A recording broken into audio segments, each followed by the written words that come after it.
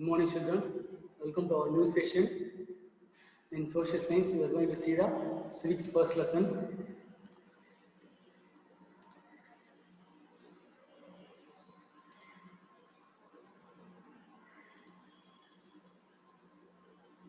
In this session, we are going to discuss about the fundamental rights and directive principles of state policy.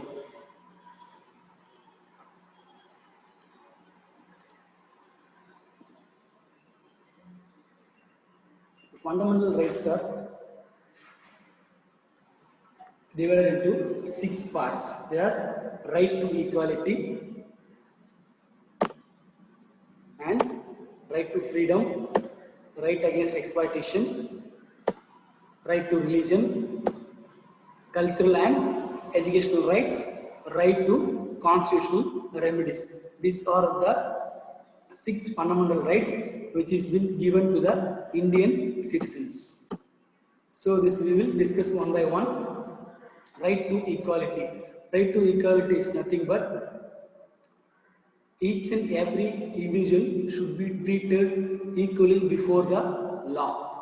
That is known as right to equality. So the fundamental rights which covers from Article 14 to Article 32, that is known as fundamental rights. So remember this. This may be asked in the 1 marks also. They will ask. Fundamental rights will cover the articles of Article 14 to Article 32. That will come in the last. The Article 14 tells about the equality before law. Each and every individual are treated equally before the law without based on any discrimination. Article 15 deals with the prohibition of discrimination on grounds of religion, race, caste, sex or place of birth.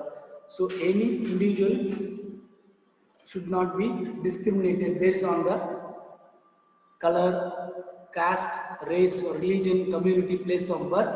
That has to be prohibited. எந்த ஒரு இனம், மதம், மொழி சார்பில் எந்த ஒரு தனிநபரும் அவங்கள வேற்றுமைப்படுத்தி காட்டக்கூடாது. அதுதான் வந்து ஆர்டிகல் 15 சொல்லியிருக்காங்க. In Article 16, equality of opportunity in matters of public employment. அரசாங்க வேலைகளில் எல்லாருக்கும் சமமாக வாய்ப்பு இருக்குது அப்படின்னு சொல்றது தான் Article 16. So now we are completely discussing about the fundamental rights. So from Article 14 to 32, which completely deals about the fundamental rights of the Indian citizens. It is a provision of fundamental rights given to the Indian citizens. Article 17 deals with the abolition of untouchability. Abolition of untouchability means no one should be discriminated. கீழ் ஜாதி, மேல் ஜாதி, வேற எந்த சேர்ந்தவங்க, other caste, low caste அப்படின்னு சொல்லிட்டு எந்த ஒரு வேற்றுமையும் இருக்கக்கூடாது. அதை கம்ப்ளீட்டாக அழிச்சிடணும், எலிமினேட் பண்ணிடணும், அபாலிஷன் பண்ணிடணும் அப்படின்றது தான் Article 17. So Article 18 tells that abolition of titles except military and academic. So சில பேர் பார்த்தீங்கன்னா தன்னைத்தானே அவங்க முன்னாடி வந்து பட்டம் கொடுத்துப்பாங்க. எப்படி சொல்றது, அதை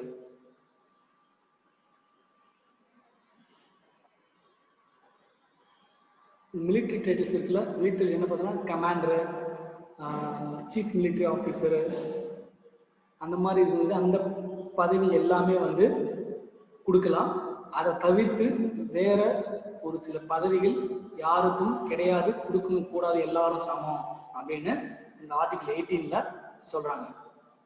So this is the right to equality which covers about 14 to 18 in specific areas that are explained here.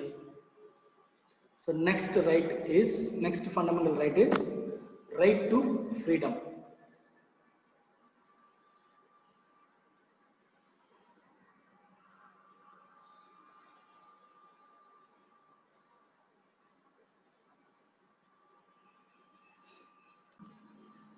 So fundamental rights are classified into 6. They are right to equality. Remember, right to equality right to freedom. Third one, right against exploitation. Fourth one, right to religion. Fifth one, cultural and educational rights. Sixth one, right to constitutional remedies. Now we are into the second fundamental rights of an Indian citizen, the right to freedom. So right to freedom is nothing but all individuals or any individuals are can enjoy the liberty and freedom anywhere. That is their fundamental right. That is given in the Indian Constitution to the Indian citizens. So Article 19. What is the right to freedom? Right to freedom. In Article 19, it tells that any individual can speak anything and express anything and assemble anywhere and create their association anywhere and form a movement or residence and profession anywhere in India. So that is their freedom of. So Article 19 completely tells that freedom to speech, freedom to express, freedom to assemble anywhere, freedom to form any association, freedom to movement freely, and freedom to reside anywhere, and freedom to choose your own passion and profession. Whatever your job you want, you can choose it. That depends upon your freedom. You can choose it. That is your liberty and freedom. You can choose it whatever you want. You can do it whatever you want, speak it, but it should not disturb anyone else. That the right to freedom that is given in the Article 19. Article 20. Protection in respect of conviction for offences. So Article 20 deals with protection in respect of conviction for offences. Suppose if you are convicted, if you have not done any false or fraudulences or any mistakes, but you are convicted, that means you can have a right to protect yourself from the offenses which is being laid on you. So சில பேர் என்ன பண்ணாங்கன்னா எந்த ஒரு தப்பும் பண்ணிருக்க மாட்டாங்க, தவறுகள் பண்ணாமலே சில பேரை கன்விக்ட் ஆயிட்டாங்க. கன்விக்ஷன் ஆனாலும் அவங்க கேஸில் பிடிச்சி உள்ள போட்டுட்டாலும் அவங்கள நம்ம ஈஸியாக வெளியே கொண்டுட்டு வரலாம், அவங்கள ப்ரொடெக்ட் பண்ணலாம் அப்படின்றது தான் ஆர்டிகல் 20 எக்ஸ்பிளைன் பண்ணுது. Article 21 protection of life and personal liberty. Any individual can protect their life and their own personal freedom and personal liberty. That is Article 21. So இது எல்லாமே பார்த்தீங்கன்னா ரைட் டு ஃப்ரீடம். நான் எது ஒன்றா பேசலாம், எது ஒன்றா விளையாடலாம், எந்த வேலை ஒன்றா செய்யலாம்ன்றது ஆர்டிகல் 19. ஆர்டிகல் 20 அதே தான். சப்போஸ் ஏதாவது கேஸில் நம்மளை பிடிச்சிட்டாங்க, பிடிக்க போகிறாங்க அப்படின்னா ரைட் டு ஃப்ரீடம், நம்மளுடைய சுதந்திரம் நம்மளுக்கு நம்ம உள்ள நம்மளை அரெஸ்ட் பண்ணிட்டாலும் நம்மளை அப்பீல் பண்ணி மேல் கோர்ட்டில் அப்பீல் பண்ணி ஈஸியாக வெளியே வரலாம்ன்றது தான் ஆர்டிகல் 20. 21 பார்த்தீங்கன்னா உன்னுடைய லைஃப்பை நீயே பாதுகாத்துக்கிறதுக்கு, உன்னுடைய லைஃப்பை நீயே பாதுகாத்துக்கணும், நீயே என்ஜாய் பண்ணிக்கலாம், நீயே ஃப்ரீடமாக இருக்கணுன்றது தான் ஆர்டிகல் 21. ஆர்டிகல் 21A வந்து it's a very very important right. Remember this. Article 21A, it's a right to elementary education. So article 21A என்ன சொல்லுதுன்னா பேசிக் எஜுகேஷன், எலிமெண்ட்ரி எஜுகேஷன் ஒரு தனி நபருக்கு அது கிடைக்கணுன்றது அது வந்து இந்தியன் அரசியலுடைய ஒரு தனிநபருடைய அது உரிமை, ஃபண்டமெண்டல் ரைட்ஸ், அது தனிநபர் சுதந்திரம். அந்த எலிமெண்ட்ரி எஜுகேஷன் கிடைக்கின்றது. It's a basic and fundamental right of an individual to have a elementary education or a basic education of in his life, in his career. So Article 22 deals with the protection against arrest and detention in certain cases. ஒரு சில கேசஸ்ல நம்மள arrest பண்ணிட்டாலும் அந்த கேஸ்ல இருந்து நம்மள நாமளே protect பண்ணிக்கலாம், இல்லை வெளியே வரலாம் அப்படின்றது தான் article 22 reveals. So next fundamental right is right against exploitation. Exploitation நம்மள என்ன பண்ணுறதுன்னா நம்மளை அடிமைப்படுத்தி, நம்மளை கொடுமைப்படுத்தி, நம்மளை வேலை வாங்கிட்டு, நம்ம அடிமையாகவே வச்சுருந்து நிறைய வேலை வாங்கிட்டு they will give minimum wage, that is known as exploitation. So the third fundamental right of the Indian citizens are, which is the provision given in the Indian Constitution, is a right against the exploitation. Article 23 tells about the prohibition of traffic in human beings and forced labor. So the prohibition of traffic in human beings na சில female சைல்டை இல்லை விமென்ஸை தேவையில்ல அன்வான்டான சில ஜாபில் use பண்ணுறது, அவங்கள கொடுமைப்படுத்துறது தான் provision of traffic in human beings. அதுக்கப்புறம் ஃபோர்ஸ்டு லேபர்ன்றது குழந்தைகளை கட்டாயப்படுத்தி வேலை செய்ய வைக்கிறது, பெண்களை கட்டாயப்படுத்தி வேலை செய்ய வைக்கிறது தான் ஃபோர்ஸ்டு லேபர். அதுக்கு எதிர்த்து நம்ம போராடலாம், எதிர்த்து நம்ம போராடுற உரிமை நம்மளுக்கு இருக்குன்றது தான் இந்த article 23 part 3 of the right against எக்ஸ்ப்ளாய்டேஷனில் சொல்லியிருக்காங்க. So the third fundamental right of the Indian Constitution is right against the exploitation. Article 24 prohibition of employment of children in factories.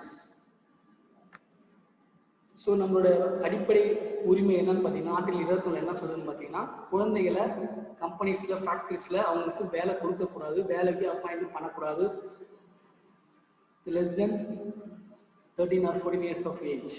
அவங்கள வேலைக்கு அப்பாயிண்ட் பண்ணாலும் அவங்களுடைய லைசன்ஸ் கேன்சல் ஆகும். அந்த ஃபேக்ட்ரிஸுக்கு, இந்த hotels, companies எந்த இடம் யார் அப்பாயின்மெண்ட் கொடுத்து வேலை வாங்கினாலோ அவங்களோட ஃபுல் லைசன்ஸ் கேன்சல் ஆகும்.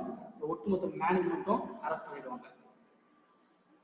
So next fundamental right is right to religion. So our fourth fundamental right is right to religion.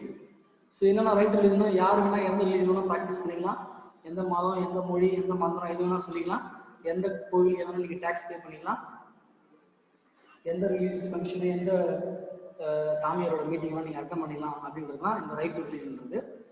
So article 25 என்ன சொல்லுதுன்னு பார்த்தீங்கன்னா யார் வேணால் எந்த ப்ரொஃபஷன் வேணால் சூஸ் பண்ணிக்கலாம், எந்த ரிலீஜன் வேணால் ஃபாலோ பண்ணிக்கலாம், எந்த மதத்தை பற்றியும் நீங்கள் மற்றவங்களுக்கு பரப்பலாம் அப்படின்றது தான் ஆர்டிகல் 25. ஆர்டிகல் 26 என்னன்னு பார்த்தீங்கன்னா நீங்கள் எந்த மதத்தோடைய விஷயங்களில் நீங்கள் ஈடுபடாமல் போட்டோம், அது உங்களோட விஷயம், அது நம்மளோட ஃப்ரீடம் அப்படின்னு சொல்லுவோம். Freedom to manage any religious affairs. எந்த ஒரு இப்போ கிறிஸ்டின் சர்ச்சஸ் போகலாம், அங்கே சர்ச்சஸ் மட்டும் போக முடியாது. சர்ச்சஸ் போகாமல் இவங்க ஹிந்து கோவிலுக்கு வரலாம். இப்போ ஹிந்துஸ் வந்து முஸ்லீம் மஸ்கியூ போகிறவங்க சர்ச்சஸ்க்கு போகலாம் அப்படின்ட்டு தான் ஃப்ரீடம் டு மேனேஜ் எனி. இப்போ நம்ம என்ன பண்ணுவோம், ரிலீஜியஸ் அஃபேர்ஸ் நம்ம சில வீட்டில் வந்து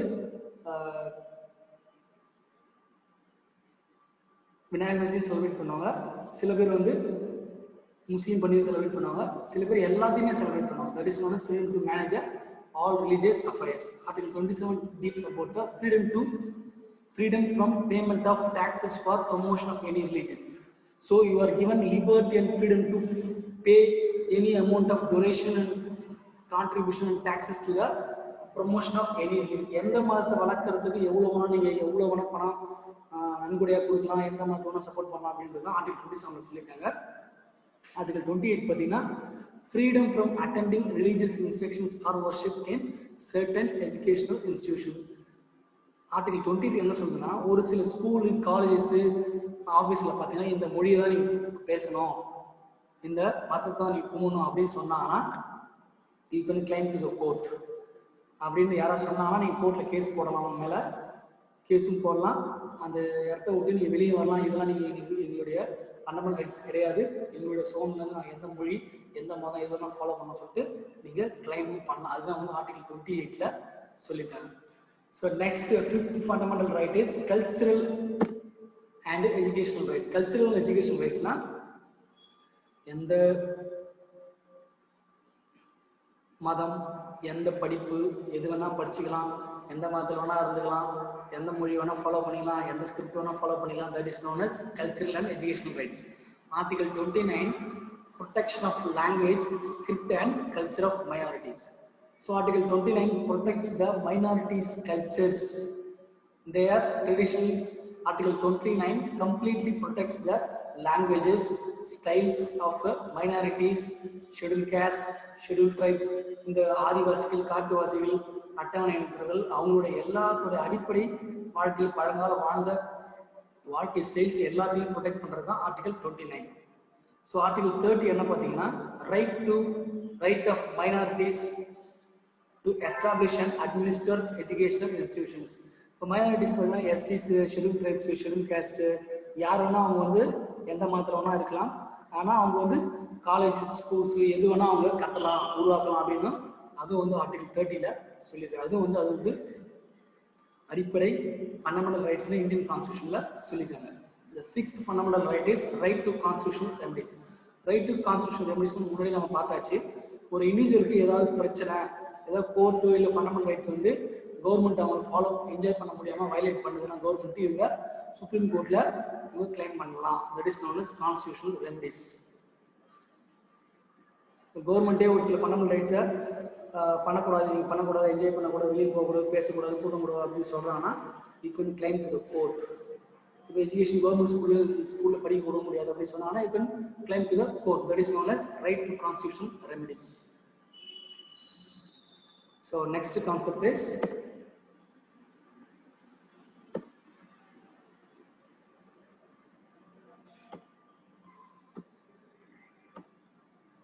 directive principles of state policy.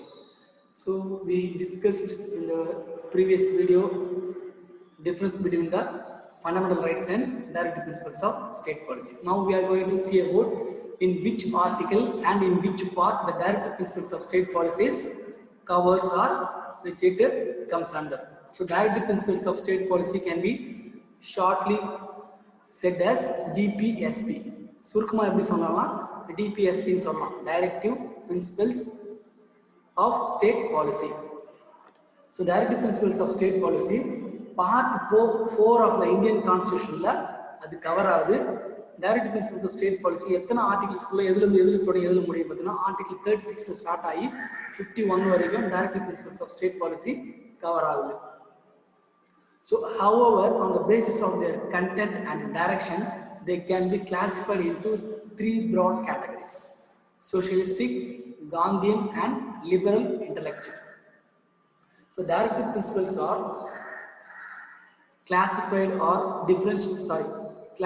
or sorted out into 3 different broad categories. They are socialistic, Gandhian and liberal intellectual. So socialistic means which will be no discrimination to the any individual. That is known as everyone should be treated equally. That is socialistic. Gandhian means so காந்தியோட கொள்கைகளை அடிப்படையில் வச்சு தான் இந்த principal directive principles of state policy frame பண்ணியிருக்கு அப்படின்னு சொல்றாங்க. அந்த next one is liberal intellectual. Liberal இன்டெலெக்சுவல்னா freedom to express your intellectual and your knowledges. Anything whatever you have, anything you want to do it, you can do it. So these are the 3 different broad categories. Directive principles of state policy has been classified and divided. First one is socialistic, second one is Gandhian, and third one is liberal intellectual. So in the difference between the fundamental rights and directive principles of state policy itself, I have said these are not enforceable by the courts. So இது வந்து court மூலியமாவோ இல்லை லா மூலியமாவோ இல்லை Indian constitution மூலியமாவோ இதை enforceable இல்லைன்னு எப்படின்னா இது வந்து கண்டிப்பாக கவர்மெண்ட்டாலே இல்லை அரசாங்கத்தாலே இந்தியன் அரசியல் அமைப்புலாம் கொடுக்கணும்னு சட்டமும் கிடையாது. கவர்மெண்ட் நினைச்சா நம்மளுக்கு சில பண உதவிகள் செய்யலாம், இல்லை வெள்ள நிவாரணம் கொடுக்கலாம், இல்லை ஃப்ரீ டொனேஷன் ஃப்ரீயாக ஏதாவது கொடுக்கலான்றது தான் இந்த direct principles of state policy. But fundamental ரைட்ஸ்ன்றது கண்டிப்பாக அரசாங்கம் அதை கொடுத்தே ஆகும், தவிர்க்கவே முடியாது. That is known as not enforceable. Not என்ஃபோர்ஸபிள்னா நீங்கள் போய் கோர்ட்டில் வந்து எனக்கு கவர்மெண்ட் இது கொடுக்க மாட்டேது, ஃப்ரீ ஸ்காலர்ஷிப் கொடுக்க மாட்டாங்க, ஃப்ரீ எஜுகேஷன் கொடுக்க மாட்டேன்னு கேட்க முடியாது. அது கவர்மெண்டோட interest. That is known as not enforceable by the. நீங்கள் கோர்ட்டுக்கு போனாலும் இது செல்லாது. நீங்கள் கோர்ட்டில் போய் இது கொடுக்க மாட்டாங்க அப்படின்னு கிளைம் பண்ணிங்கன்னா கிளைம் ஆகாது, கவர்மெண்ட்டுக்காக தான் அந்த கேஸே முடியும். That is known as these principles are not enforceable by the courts, but they are fundamental for the governance of the country. The government is duty bound to apply this principle while making the laws. So when a government is doing any welfare measures or welfare activities, so they have to keep in their mind and they have to follow this directive principles of state policy. So this is a fundamental process. This has to be kept in the governance and running of the government. So இப்போ அரசாங்கம் நடத்துறாங்க அப்படின்னா இந்த articles இந்த directive principles of state பாலிசியோட கொள்கைகளை எல்லாத்தையுமே மனசுல வச்சுக்கிட்டு தான் அவங்க இந்த கவர்மெண்ட்டே நடத்த முடியும் அப்படின்னு சொல்றாங்க. இது வந்து கவர்மெண்ட்டுடைய டியூட்டி. இதை வந்து கம்ப்ளீட்டாகவும் ஃபுல்லாக இதையே ஃபாலோ பண்ண முடியாது. பட் மினிமம் லெவலில் இந்த டைரக்டிவ் பிரின்சிபல்ஸ் ஆஃப் ஸ்டேட் பாலிசியை அப்ளை பண்ணலாம், ஃபாலோ பண்ணலான்றதையும் அவங்க மைண்டில் வச்சுக்கிட்டு தான் ஒரு சில லாஸும் ஃப்ரேம் பண்ணணும், ஃப்ரேம் பண்ணாமல் போகலாம் அப்படின்றதையும் அவங்க டிசைட் பண்ணலாம். Direct principles of state policy என்னன்னா, கவர்மெண்ட் இன்ட்ரெஸ்ட்டாக அவங்களே வாண்டடாக வந்து கொடுக்குறத நம்ம என்ஜாய் பண்ணிக்கலாம். சப்போஸ் அவங்க கொடுக்க முடியாமல் போச்சுன்னா அதை போய் நம்ம கோர்ட்டில் கிளைம் பண்ண முடியாது. That is known as direct principles of state policy. So the directive principles of state policy aim at promoting the social welfare of the people. So directive principles of state policy main aim என்னன்னா, நாட்டில் வாழ இருக்கிற ஒவ்வொரு குடிமகனுடைய அவங்களுடைய அன்றாட வாழ்வாதாரத்தை மேலே கொண்டு வரணுன்றது தான் டைரக்டிவ் பிரின்சிபல்ஸ் உடைய மெயின் எய்ம். அதுதான் அவங்களுடைய மெயின் கொள்கையே தான். So that's why doctor B.R. Ambedkar described this principle as a novel features of the Indian Constitution. So the Dr. B.R. Ambedkar, the chairman of drafting committee of Indian Constitution, describes this directive principles of state policy as a novel feature. So this is a special and unique feature of the Indian Constitution. அப்படினு சொல்றாரு. So 86th Amendment Act of 2002 changed the subject matter of Article 45 and made the elementary education a fundamental right under Article 21A. So இந்த amendment தான் முன்னாடியே சொல்லியிருக்கேன். புதுசாக ஒரு சட்டம் introduce பண்ணுறது பார்லிமெண்ட்டில், அது எல்லா பார்லிமெண்ட் எம்பிஸும் ஒப்புதல் கொடுத்ததுக்கப்புறம் அது அமெண்ட்மெண்ட்டு ஆக்ட் ரூலாக அதை இன்ட்ரடியூஸ் பண்ணுறது தான் அமெண்ட்மெண்ட்டு. அந்த மாதிரி பண்ணும்போது 86வது முறையாக ஒரு அமெண்ட்மெண்ட் ஆக்டை இன்ட்ரடியூஸ் பண்ணுறாங்க 2002. அப்படி பண்ணும்போது பார்த்தீங்கன்னா ஆர்டிகல் 45 இருக்கிறத ஒரு விஷயத்தை மாற்றுறாங்க. என்னன்னு பார்த்தீங்கன்னா, the basic education or elementary education is a fundamental right. Elementary education ஒரு fundamental right, அடிப்படை ஒரு உரிமைன்றத ஆர்டிகல் 21A 86வது சட்டத்தில் அதை இன்ட்ரடியூஸ் பண்ணுறாங்க. The amended directive requires the state to provide early childhood care and education for all children until they complete the age of 6 years.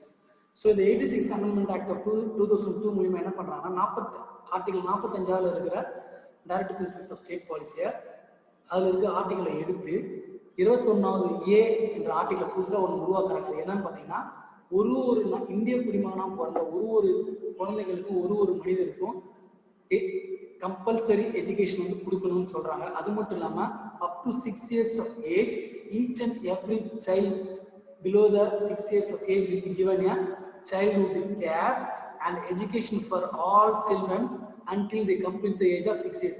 6 வயசு அவங்க முடிகிற வரைக்கும் அவங்களுக்கு ஏர்லி சைல்டுஹுட் கேர் கொடுக்கணும். அதான் பால்வாடி சிஸ்டம், அங்கன்வாடி சிஸ்டம்ன்றது தான் ஏர்லி சைல்டுஹுட் கேரு. அதுக்கப்புறம் 1 to 5 நம்ம படிக்கணும் பார்த்தியா, அதுதான் வந்து எஜுகேஷன் கொடுக்குன்றது சொல்கிறாங்க. So with this we will end this session and we will see the remaining things in the next session.